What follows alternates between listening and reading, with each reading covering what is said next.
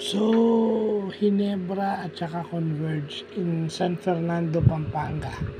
Or in Pampanga in particular. So, yung game, ginawa, ang venue na to sa Pampanga. So, out of town game. Na alam naman natin na maraming na-produce na PBA players or PBA legends. No? Well, masasabi ko lang dito, maganda yung nilaro ng Ginebra, bumawi. Okay? Bumawi kasi natalo sa NLEX. Talagang pinahirapan nila yung Converge, no? Talagang Japet is challenge. Talagang pinatunayan niya yung sarili niya dun sa Twin Towers ng Converge, no? Kay Baltasar at saka kay Arana. But ang pinupunto ko rito is that Japet got a good game. So sana pinagpahinga na lang. Kasi ang fourth quarter pinaglaro pa. Kaso kasi, yun na nga yun. Pag tinanggal mo si Japet, bumaaba yung quality ng game.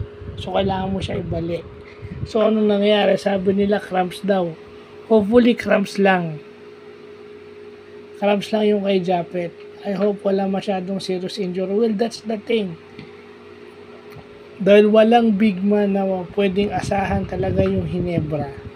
Except for Japet and Troy. Buti lang si Troy hindi nag-cramps. Hopefully, cramps lang yung kay Japet. Yun yung mahirap no? Kasi kailangan mo si Japet sa playoffs, kailangan mo si Japet in the long run, kailangan mo rin si Japet sa Gilas. So, kailangan minamanage mo na yung minutes niya.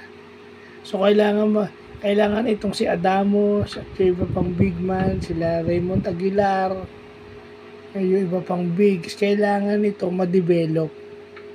Na pwede mong asahan na pag kahit inupo mo si Aguilar, si Japet Aguilar, pwede pa rin. Kasi Japet is not getting any younger.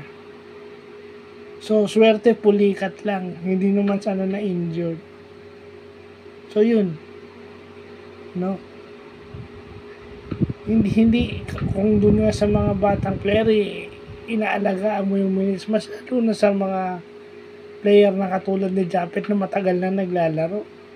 Halos isang dekada na sa PBA at lagi nagsiservisyo sa national team. Yeah. So, yun yung sinasabi na kung talagang nagde-develop ka na dapat ng player na kinukuha mo, hindi yung player na iuupo mo lang sa bench. No? And then pagdating ng playoffs, okay, fine. Pag regular season, gumagamit ka ng bench. Kasi all Filipino, wala kasi si Brownlee. Pero pag nandiyan si Brownlee, minsan wala kang ikino-combine kay Brownlee na di ba? Muntik-muntikan pa nga kayo sa Converge, di ba? Kung hindi na maganda yung laro ni RJ at hindi na maganda yung shooting ni RJ, malamang muntik-muntikan kayo sa Converge. Dahil iba rin yung lineup ng Converge So, yun lang po.